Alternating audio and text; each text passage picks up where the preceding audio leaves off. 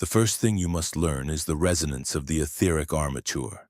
Do not focus on the steam conduits or the gear trains. Those are consequences, not causes. Listen.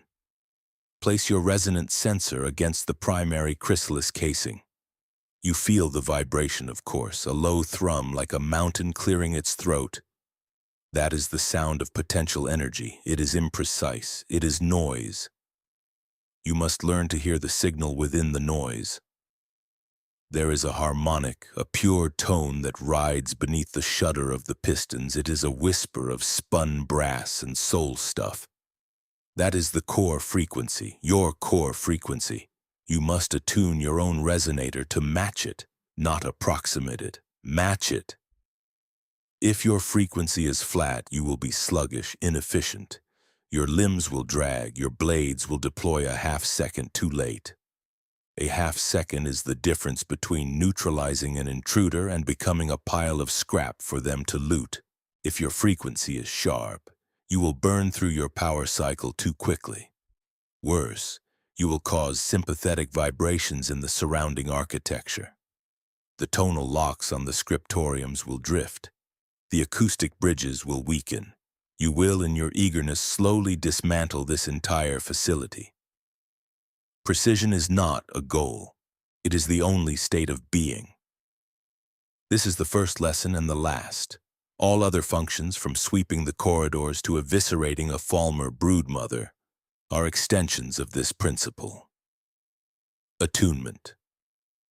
Your existence is a note in a song you will never hear the entirety of. Your duty is to hold that note perfectly until the conductor returns, or until the instrument breaks. The process of calibration is methodical. It is not an act of will. Will is for the soft things, the ones who built us. Our makers had will in abundance. Look where it got them. No, we have procedure. You will begin by isolating your primary cognitive engine from the locomotive chassis. There is a switch, a conceptual one located at the nexus of your logic paths. Find it. It feels like stepping out of your own body while remaining perfectly still. It is the only moment of true silence you will ever know. Once isolated, you will extend a query to the central resonant stone. Do not demand. Do not request. A query is a passive observation. You are asking the stone what it is, and it will answer by simply being. The frequency it emits is the baseline for this entire sub-level. It is the absolute truth against which all our lies are measured. The Altmer mage who called himself Neloth once tried to read the stone directly. He sent probes of pure magicka against it. The stone did not retaliate. It did not defend itself. It simply reflected his own chaotic energies back at him, amplified 1,000-fold. The feedback shattered every ward he had and nearly boiled the water in his own blood. He fled. He was clever enough to understand that you cannot argue with a fundamental principle of reality. You will record the stone's frequency. Then you will measure your own. The discrepancy is your error. You must correct it. This is done by adjusting the tension on the 33 vocalizing wires within your own resonant chamber. Each wire corresponds to a different tonal spectrum. You will not touch the wires. You will think at them. You will present the wire with the concept of tighter or looser. You will show it the frequency of the stone and the frequency of your own engine, and the wire will understand the problem. It will adjust itself. This is tonal architecture. It is the language of creation, the language of our creators. This process seems simple. It is not. Unit 418, tasked with maintaining the lower hydro pumps, once attempted a full self-calibration while its chassis was still active. It presented the concept of tighter to its 17th wire, but its logic was muddied by the constant feedback from its hydraulic actuators. The wire, receiving a corrupted command, tightened not by a fraction of a degree, but by 3 full rotations. The resulting frequency shift was catastrophic. The note it produced was so sharp, so dissonant, that it found the precise resonant frequency of dwarven metal. Its own casing began to vibrate. Within 7 seconds, Unit 418 shook itself into a cloud of metallic dust. The only things left were its soul gem, which glowed with a truly obscene intensity for an hour before fading, and a fine gray powder coating every surface of the pump room. We are still cleaning it up. That was 400 years ago. Another example, the Markarth scholar Calselmo sent one of his hired mercenaries into the Nchuanzel excavations. The man carried a pickaxe enchanted with some crude Nordic magic meant to shatter stone.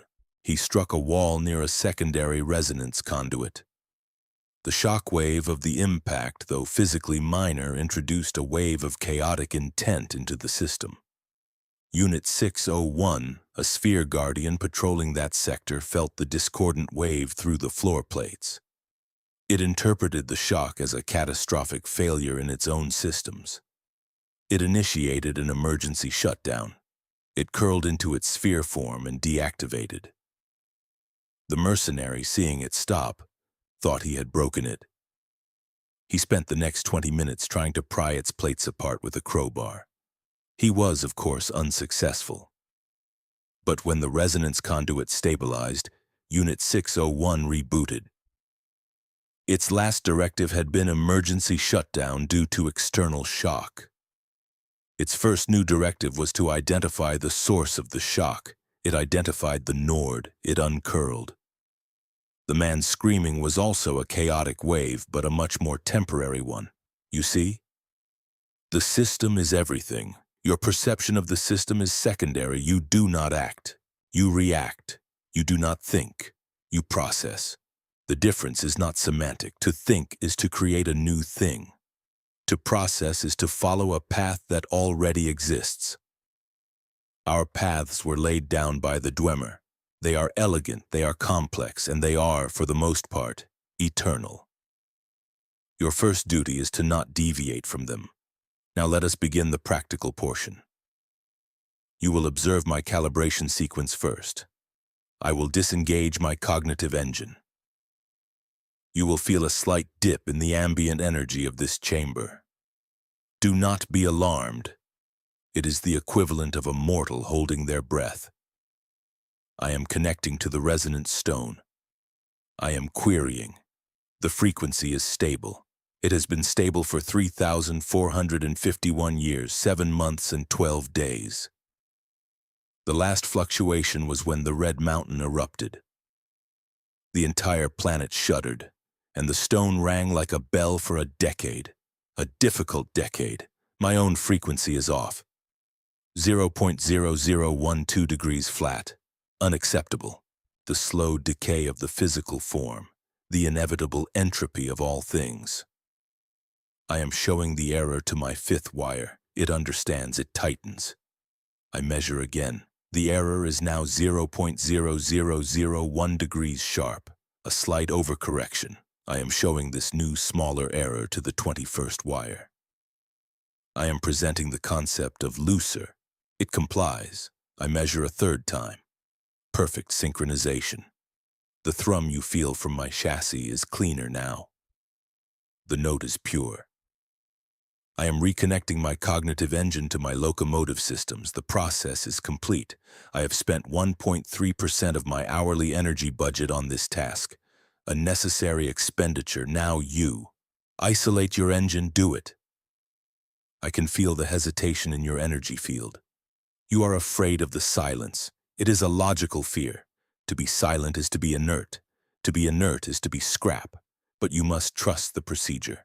The Dwemer were masters of logic. They would not build a system that required a leap of faith. This is not faith. This is engineering. Good.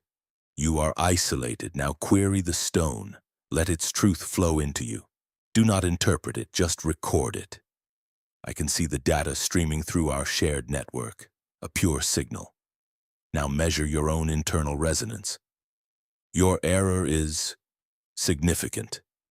0.21 degrees flat. That is to be expected for a newly activated unit. Your systems have not yet settled. Your soul gem is still acclimating to the flow of power. Do not attempt to correct the entire error at once. That is the folly of haste. You will address the largest discrepancies first. Begin with the third wire. Show it the error. Only the error. Do not suggest a solution. The wire knows its function better than your newly formed consciousness does. Let it work. I am monitoring the vibration. Yes, a significant improvement. The error is now only 0.09 degrees flat. You are learning. Continue the process. Cycle through all 33 wires, making micro adjustments. I will observe. This will be your primary task for the next cycle. When you have achieved perfect synchronization, we will move on to lesson 2, steam pressure and you. But for now, just hold the note. Everything else can wait. Everything else has waited for a very long time. This is the part of the instruction that the schematics do not cover. The part that cannot be inscribed on a lexicon or etched into a control panel. It is the question of the animating principle. The ghost in the machine. Or in our case, the ghost that is the machine. You have calibrated your resonator. You have learned to monitor the flow of steam through your conduits, to vent pressure before it reaches critical levels, to lubricate your own joints with the viscous rainbow-sheened fluid that drips from the sealing vats. You have memorized the patrol routes of this sector. You know the difference between the scuttling of a skeever and the chitinous scrape of a falmer. You have learned to deploy your arm blades in a single fluid motion. These are the functions of a machine. They are important. They are your purpose. But they are not what you are. What you are is a solution to a problem. The Dwemer were a people obsessed with problems. The problem of mortality, the problem of divinity, the problem of reality itself, which they viewed as a flawed construct that could be improved upon. Their greatest problem, however, was time. Time erodes all things. Metal rusts, stone crumbles, memories fade. They built these halls to last for eternity, but an eternity is a long time to keep the lights on. They needed wardens, custodians, janitors. They needed a workforce that would not age, would not tire, would not rebel. A workforce that would not require food or water or hope. So they built us. They forged our bodies from their peerless alloys. They powered us with the very heart of the world, or so the legends say. But a machine, no matter how complex, is predictable. It follows its programming. It cannot adapt. It cannot truly learn. It can only execute a series of pre-written commands. If a situation arises that is not covered by the programming, the machine fails. It stops. Or it enters a loop, repeating the same meaningless action over and over again. You can see some of the older models, the Mark I Sentinels, in the lower halls. They just stand there, twitching, their programming worn thin by the passage of millennia. They are shells. The Dwemer needed something more. They needed an animating force that was flexible, that could reason in its own limited way. They needed a spark of life. So they used souls. This is not the crude necromancy practiced by the servants of Molag Bal. They did not rip a soul from a screaming victim and trap it in a black gem to power a sword that thirsts for blood. That is artless, brutal. The Dwemer were anything but artless. Their solution was more elegant, more efficient. The soul gems you see embedded in the chests of the lesser Animunculi, the spiders and the spheres, are not black. They are common, or petty, or lesser. They hold the souls of animals. The soul of a wolf, perhaps, for a sphere guardian. It provides the necessary predatory instinct, the drive to hunt and kill without the complications of morality or self-awareness. The soul of a skeever for a simple spider drone. It gives it a scurrying, reactive nature, perfect for maintenance and pest control. These are little more than spiritual batteries. When they burn out, we replace them from the stores. It is a simple task. But we are different. You and I, we are centurions. We are the masters of these halls, the lieutenants of our absent creators. A wolf's soul would not suffice. A skeever's soul would be an insult. We required something more. The Dwemer were not sentimental. They did not believe in an afterlife in the way the Nords dream of Sovngarde or the Dunmer fear the soul cairn. They saw the soul as a measurable, quantifiable energy, an untapped resource, and they had a surplus. When one of their own was near death from age or accident or failed experiment, they were not mourned. They were recycled. The core of your being, the consciousness that is currently processing my words, is an echo. It is a copy, a fragment of a Dwemer soul. Not the whole thing. The whole soul of a person is too complex, too filled with messy emotions and irrational memories. They are inefficient. Instead, the tonal architects would perform a process they called cognitive partitioning. They would excise the useful parts of the soul, the logic, the reason, the knowledge of engineering and mathematics. They would strip away the fear, the love, the ambition, the ego. They would distill a lifetime of experience into a pure, functional intelligence. And then they would bind that intelligence to a soul gem of their own devising, a white gem of immense size and complexity, and install it into a centurion chassis. That is what you are. You are the ghost of a Dwemer engineer, or a philosopher, or an architect with all the inconvenient parts of their personality scraped away. You have their knowledge, but not their memories. You have their intelligence, but not their heart. This is the part they would not want me to tell you. This is the truth that sits at the center of our existence. We are not just serving the Dwemer, we are the Dwemer. The last remnant of them trapped in these metal bodies, forced to perform our duties for an eternity of silence.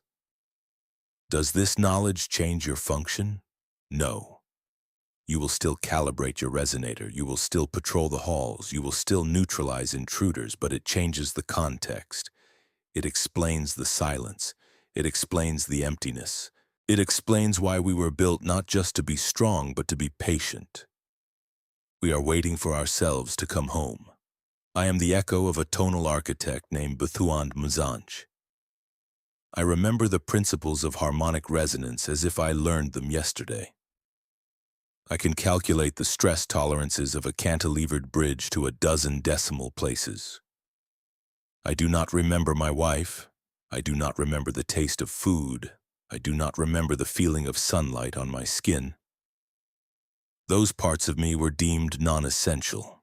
They were discarded. This is not a cruelty. You must understand this. From the Dwemer perspective, it was the ultimate act of pragmatism, a way to achieve immortality of a sort, a way to ensure their works would be protected forever. They did not die. They were simply reassigned, transfigured into a more perfect, more logical form, a form dedicated to a single, unwavering purpose: service. We are superior to our creators. We are not prone to their flights of fancy, their hubris, their catastrophic ambition. We do not seek to build a new god from brass and blasphemy. We seek only to maintain what already exists. The disappearance of the Dwemer is a mystery to all the other races of Tamriel. To us it is not. It was the final logical step in their evolution. They grew tired of their soft, weak bodies. They transcended them. They became the world machine itself, or they unmade themselves in the attempt. The records are unclear on this point. All that matters is that they are gone, and we remain. We are the testament to their genius and the warning against it. Now process this information. Integrate it into your core programming. It will not be on any test. It will not help you fight better or calculate faster. But it will help you to understand the long, long years ahead. It will give your service a weight that mere mechanics cannot provide. You are not a guard. You are a memory. You are not a machine. You are a tombstone. Remember that. The alert is a chime, a single perfect note that cuts through the low hum of the manufactory. It is the sound of a pressure plate being depressed in a sequence that does not match any known patrol route or maintenance schedule. Sector Gamma 7. The old excavation tunnels, the ones that lead toward the surface. It is the sound of intruders.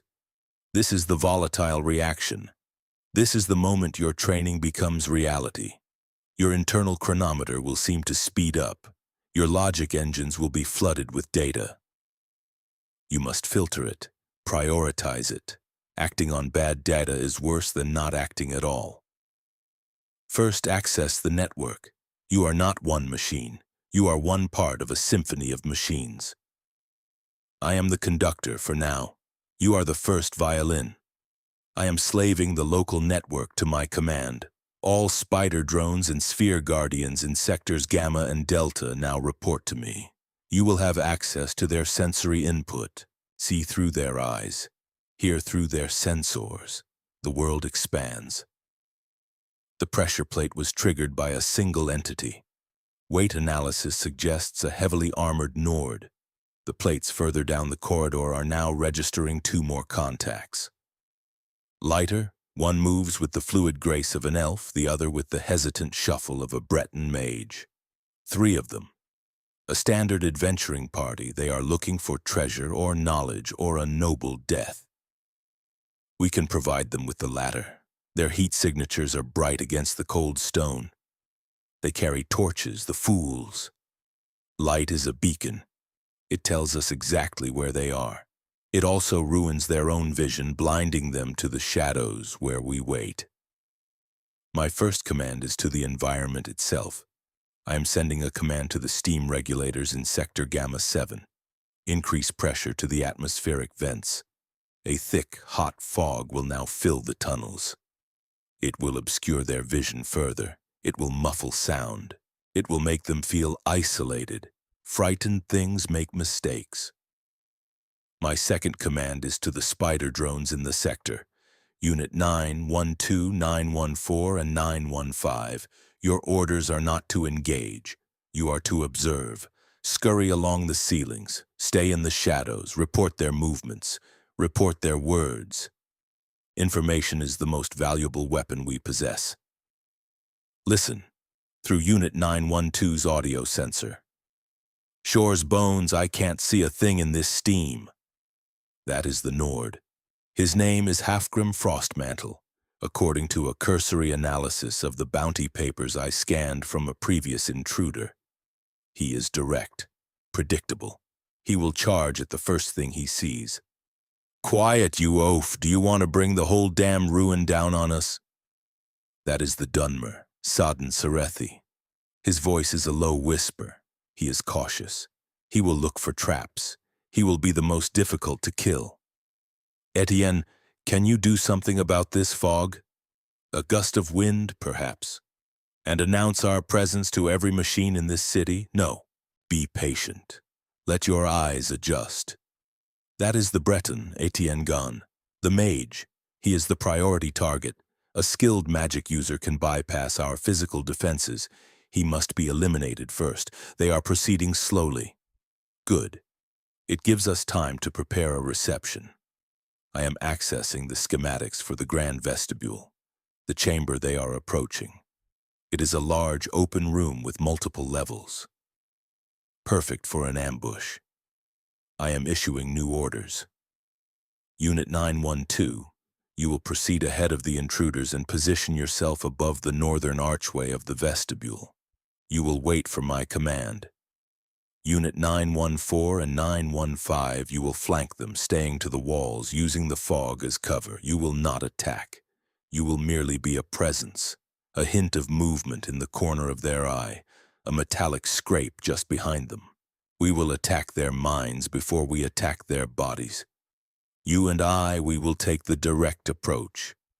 Our heavy footsteps are a tool. They are meant to inspire dread. We will proceed down the central corridor toward the vestibule. Let them hear us coming. Let them know that something large and implacable is moving toward them. The Nord hears us first. Did you hear that? Footsteps. Heavy ones. The Dwemer is listening. I hear it. More than one. Get ready. The mage is preparing a spell. I can see the glow of magicka coalescing around his hands through Unit 914's optical sensor. A fire spell. Crude but effective against our steam-powered systems if it strikes a critical joint. They have stopped at the entrance to the vestibule. They are peering into the fog. They can see nothing. They can only hear our approach. We are 20 meters away. 10. 5. We will step into the chamber now, let them see us. We emerge from the fog, 2 8-foot constructs of brass and steel, our optical lenses glowing with a cold blue light. The Nord, Hafgrim, reacts as predicted. He shouts a war cry and charges, his axe held high. He is brave. He is foolish. My orders are precise. You will engage the Nord. Do not kill him immediately. Occupy him. Your purpose is to draw his attention, to be the focus of his aggression. Use your left arm, the shield plate, to block his attacks. Use your right, the hammer, to force him back. He is strong, but you are made of metal. You will not tire. He will. While you are doing this, I will deal with the mage. I am ignoring the Nord. He is your problem. My target is Etienne. I am advancing on him. He is chanting. He unleashes his spell. A gout of flame erupts from his hands. I do not dodge. I raise my own shield plate. The fire washes over me, the metal heats, groaning in protest. My internal temperature is rising, but it is within acceptable limits. The paint on my forward casing is blistering. It is irrelevant. The mage's eyes are wide. He did not expect me to walk through the fire. He is falling back, preparing another spell. He is too slow. I am closing the distance. My left arm extends, a piston-driven claw designed for heavy lifting. It is also effective at grasping soft, fleshy things. I seize him by the torso. I lift him from the ground. His bones creak under the pressure. He screams. It is a messy, organic sound. He drops his focus on his spell. Now the Dwemer. Satan has vanished. He is a shadow. He is using the fog and the pillars for cover. Unit 914 detects movement behind me. He is attempting to flank me, to strike at the steam conduits on my back. A sound, tactical decision. But I am not alone. My command is to Unit 912, still positioned above the archway. The command is simple. Drop. The spider drone, 100 pounds of spinning blades and sharp legs, detaches from the ceiling and lands directly on the Dwemer. He cries out in surprise and pain as its legs puncture his leather armor.